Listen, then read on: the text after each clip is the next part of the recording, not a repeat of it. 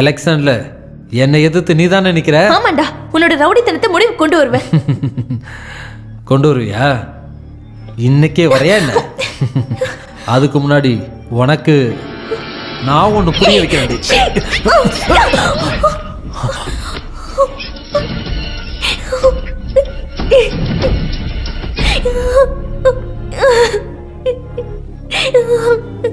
அவனுக்காக நான் உன்கிட்ட மன்னிப்பு கேட்டுக்கிறேன், மன்னிச்சிரு.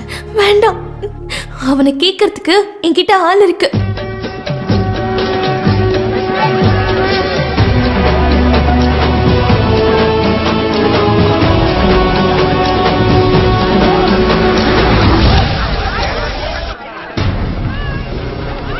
எந்த தெருநாயிட இங்க திமிர் எடுத்து அலையிறது? சூர்யாவா? சூர்யா மேல இருக்கான்.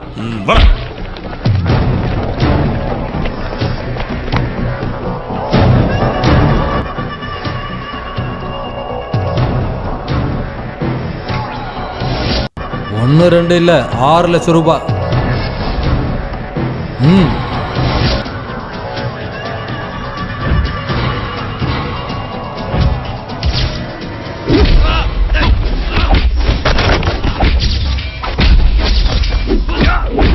இந்த விளையாட்டுல ஆளுங்கிட்ட வச்சுக்க, என் வீட்டு ஆளுங்கிட்ட வச்சுக்காத. என்ன சொன்னவர் வந்துட்டாரு, வாங்க.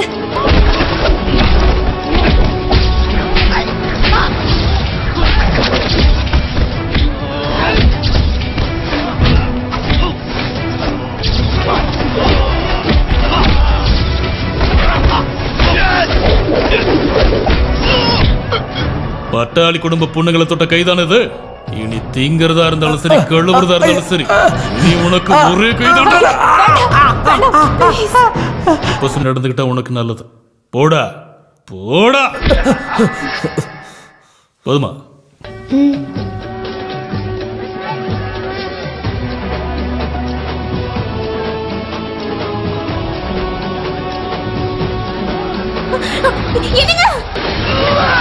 குங்குமத்துல பொட்டு வச்சு மஞ்சள் பூசி பல்லக்கில் வர்ற அந்த மணியன் கோட்டை சாவித்திரி சரஸ்வதி தேவியோட மனித ரூபம் தான் அவங்கன்னு அந்த மணியன் கோட்டை மக்கள் நம்புனாங்க.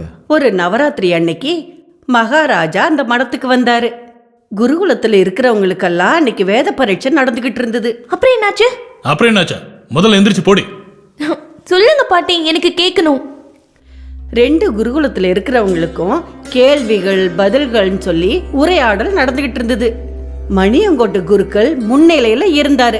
யாருகிட்ட கேள்வி கேட்டாரு தெரியுமா? சாவித்ரி. தவ மாதா பதிபிரதா, உங்க அன்னை உத்தமி தானே? இல்ல சாவித்ரி, நீ கேவலப்படுத்துறது உன் அம்மாவை. நான் சொன்னதுதான் உண்மை. எந்த ஒரு பிராமண பொண்ணும் கல்யாணம் ஆகி 4 நாளுக்கு அப்புறம் தான் அவங்க புருஷனோட சேருவாங்க, அப்படித்தானே? ஆமா, அதுக்கு என்ன இப்போ? முதல் நாள் அவளை சந்திரனுக்காக தியாகம் செய்யறதா நினைக்கணும்.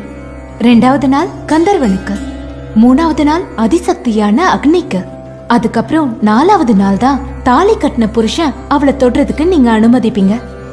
அன்னைக்கு தானே சாந்தி முகூர்த்தம். அதனாலதான் நான் சொல்றேன், எந்த பிராமண பொண்ணும் பத்தினி கிடையாது. பிரபாதம், நீ ஞானிதான். மணியங்கோட்டையோட பெருமையை காப்பாத்திட்ட. இப்ப நாம இதோட முடிச்சுக்கலாம். இருங்க, இன்னொரு கேள்வி கூட இருக்கு. சாவித்திரிய தோக்கடிச்சிட்டா மணியங்கோட்டை குருகுலத்தை வீழ்த்திடலான்னு வேலூர்காரங்க நினைச்சுக்கிட்டாங்க. தம் பேத்தி மாதிரி இருக்கிற அந்த பொண்ணுகிட்ட யாருமே கேட்க கூச்சப்படுற அந்த கேள்வியை கேட்டாரு. பஞ்சபூதங்களை சந்தோஷப்படுத்துற ரசனையில மிகச்சிறந்த ரசனை எது? அதுக்கு அந்த சாவித்ரி என்ன பதில் சொன்னாங்க? அவ வாயால சொல்லல, அந்த பதில ஓலையில எழுதி காட்டினா சாவித்ரி. அது இருக்கட்டும், சாவித்ரி என்ன எழுதுனா?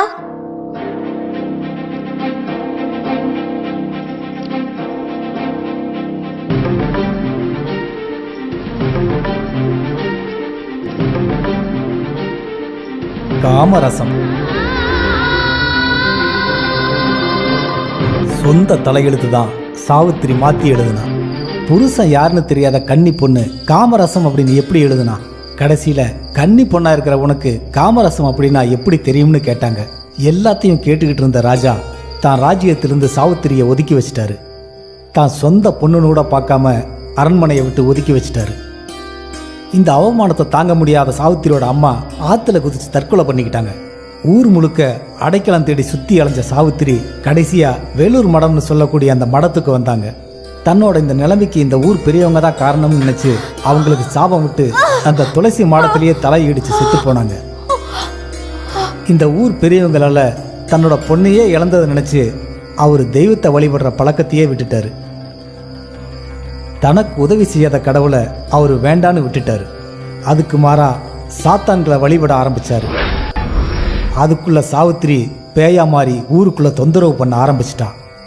நெருப்புக்கு நெய் மாதிரி அவ சொந்த சமாதிலிருந்தே தான் அப்பாவோட எண்ணத்தை நிறைவேற்ற ஒரு பேயா இந்த ஊர்ல அவதாரம் எடுத்தான்.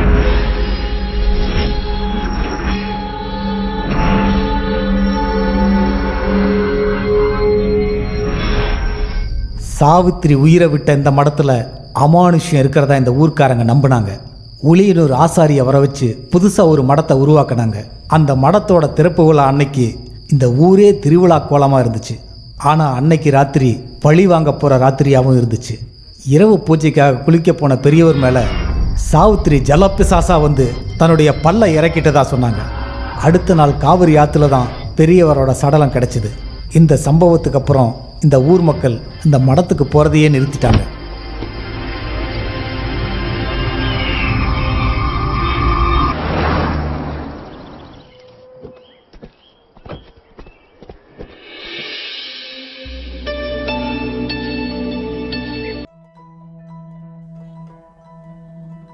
ம் யார் அது உன்னிகிருஷ்ணன் கூட? யாருன்னு தெரியலையே. அதான் எங்க அம்மா. உள்ள போய் பெர்ஃபார்மன்ஸ் ஆரம்பிச்சிடுங்க. ம். யாருமா நீங்க? அம்மா, ஆ, என்னது?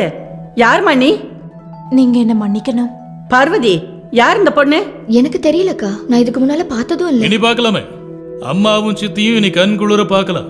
இவங்க பேரு மித்ரா நம்பூதிரி. இங்க இருக்கிற சமஸ்கிருத காலேஜோட டீச்சர். படிச்சதும் அங்கதான். உங்ககிட்ட ஆசீர்வாதம் வாங்க வந்திருப்பாங்க. நல்லா இருக்கணுமா? வீடு எங்க இருக்கு? அது மணியம்பளி கேள்விப்படுது இல்லையா? மணியம்பளி இல்லம் கேள்விப்படுது இல்லையா? இல்லையே. எப்ப கேட்டீங்கல்ல? இனி மனசார உங்களுக்கு ஆசீர்வாதம் பண்ணிட்டு உங்க இடுப்பில் இருக்கிற அந்த சாவி குத்தை எடுத்து இவங்க கையில கொடுங்க. ஏன்னா இங்க நிக்கிறது உங்க பையனோட மனைவி. என்னது? போச்சு, உண்மை தெரிஞ்சிருச்சு. இன்னையில இருந்து டீச்சர் தான் இங்க ஓனரம்பா. சிவசிவா, நீ என்னப்பா சொல்ற? ஏண்டா, நீ என்னடா காரியம் பண்ணிட்டு வந்திருக்க? கிராதகா, வீட்டு மரியாதையை கெடுத்துட்டு வந்திருக்க. நான் கிராதகனோ இல்ல காட்டானோ எதா இருந்தாலும் ஓகே தான் ஒத்துக்கிறேன். ஆனா இவங்க ஏன் மனைவி இல்ல. என்ன? இது உங்க மூத்த மகனோட மனைவி, ப்ரொஃபசர் பட்டாளி மாதவன் நம்பூதிரியோட பதிபத்தினி. ஆ? என்ன, யாருக்கும் ஒன்னும் புரியலையா? சிவா நீங்களே கேளுங்க. இவ சொல்றதெல்லாம் நிஜமா? ஆமா. மாதவா, கேசவா, இனி எந்த விசாரணையும் வேண்டாம். ஏற்கனவே தாமதமாயிடுச்சு. வேணும், அவங்கிட்ட இத பத்தி கேட்கணும். எனக்கு தெரியும் உங்க வாய் தான் இப்படி பேசுது. ஆனா உங்க மனசு அப்படி சொல்லல. எனக்கு அது நல்லாவே தெரியும். உங்க மனசு சொல்றது எனக்கும் கேட்கும். கடவுளே, பார்வதி அக்கா, என்ன படுக்க வை. ஐயோ, அம்மா பாத்துமா. பாத்து. கேள்விக்கு பதில் சொல்ல முடியலன்னா அம்மா எப்பயும் இப்படி ஆயிடுவாங்க. இதுக்கெல்லாம் மருந்து இல்ல. சரி, நீங்க மேல் ரூமுக்கு போயிடுங்க. பாணிக்கிரகண மந்திரம் சொல்லிக்கிட்டு மேல ஒரு ஆள் காத்துட்டு இருக்காரு. ரொம்ப காக்க வைக்காதீங்க. அப்புறம் இந்த பாசம்னு சொல்றதெல்லாம் ஒரு உணர்வு தான், கொடுக்கிற ஆளுக்கும் கிடைக்கிற ஆளுக்கும். அதை தவிர மனசுக்குள்ள ரகசியமா வச்சு சொல்லிக்கிற வேதாட்சர மந்திரம் மாதிரி எல்லாம் இல்ல. இந்த தம்பியோட உபதேசம் எல்லாம் அந்த அன்னகாரனுக்கு பிடிக்காது. நீங்க 2 பேரும் தனிமையில் இருக்கும் போது இதையும் கொஞ்சம் சொல்லி பாருங்க, ஏதாவது பிரயோஜனம் இருக்கும்.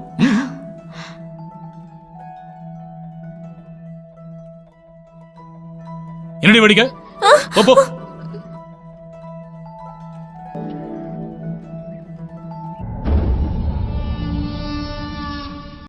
அவசரப்பட்டு எதுவுமே செய்ய வேண்டாம். கோவப்பட வேண்டிய நேரம் இதே இல்லை. அந்த வேலூர் மடத்தை அப்படியே விட்டுரு குருமூர்த்தி. அந்த ஆசையை மனசுல இருந்து நீ எடுத்துரு. அப்பா, ராஜீவனும் ரொம்ப ஆசைப்பட்டாரு. உன்னோட பொண்ணையா இல்ல அந்த மண்ணையா? அதாவது நம்ம வீட்டு பொண்ணும் வேணும், நம்ம வீட்டு மண்ணும் வேணும் ராஜீவுக்கு. அப்படிதானே ராஜீவ்? அம்மா கௌரி, கிரீஷ் எங்க?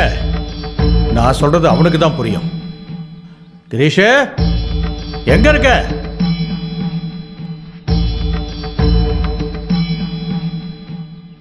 அக்கா. ஹாய், யார் இது? பட்டாளி குடும்பத்தை சேர்ந்த பொண்ணா? யாரடி நீ அக்கான்னு சொல்லிட்டு இருக்க? குடும்ப மானத்தை வாங்கிட்டு. அப்பா, அப்பா, சீக்கிரம் இங்க வந்து பாருங்க. தங்கச்சி. ஆஹா, உனக்கு என்னடி இங்க வேலை? உன்னதானே கேக்குறேன்.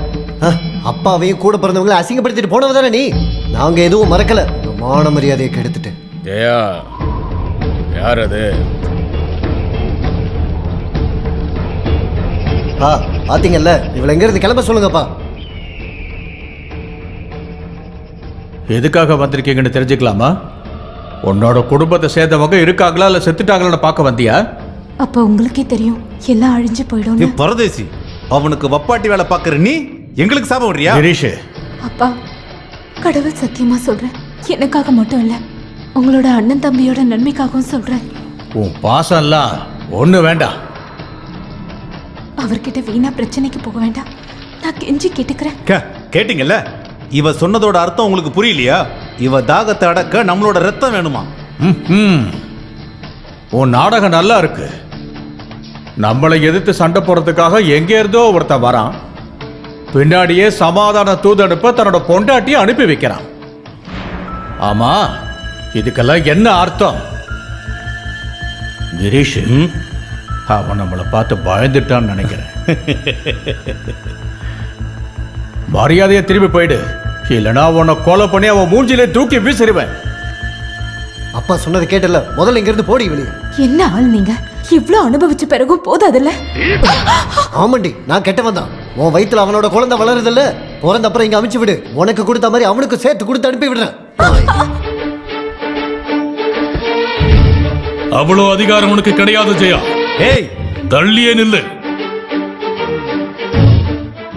வழி தவறி கூட இனிமே வாழ்க்கையில ஒரு நாள் இனி இந்த இடத்தை மிதிக்க கூடாது. புரிஞ்சுதா? ஆனந்தா, எவ்வளவு வண்டியில கூட்டிட்டு போ.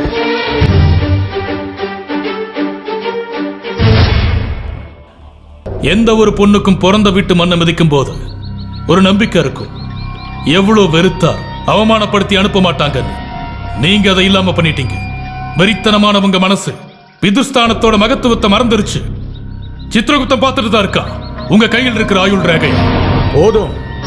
சாவித்திரி, இவனோட நெஞ்ச கிழிச்சு என் முன்னாடி கொண்டு வந்து வை, அப்பதான் எனக்கு நிம்மதியா இருக்கும். பெத்த அம்மாவை நினைச்சு நெஞ்சில அடிச்சு அழறதுக்கு இன்னும் உங்களுக்கு வாய்ப்பு கிடைக்கும். அப்ப வச்சுக்கங்க உங்க புலம்பல. ஓ, இதுதானா அந்த புனிதமானவர்? பெரியவரோட வாடகை கொலைகாரி.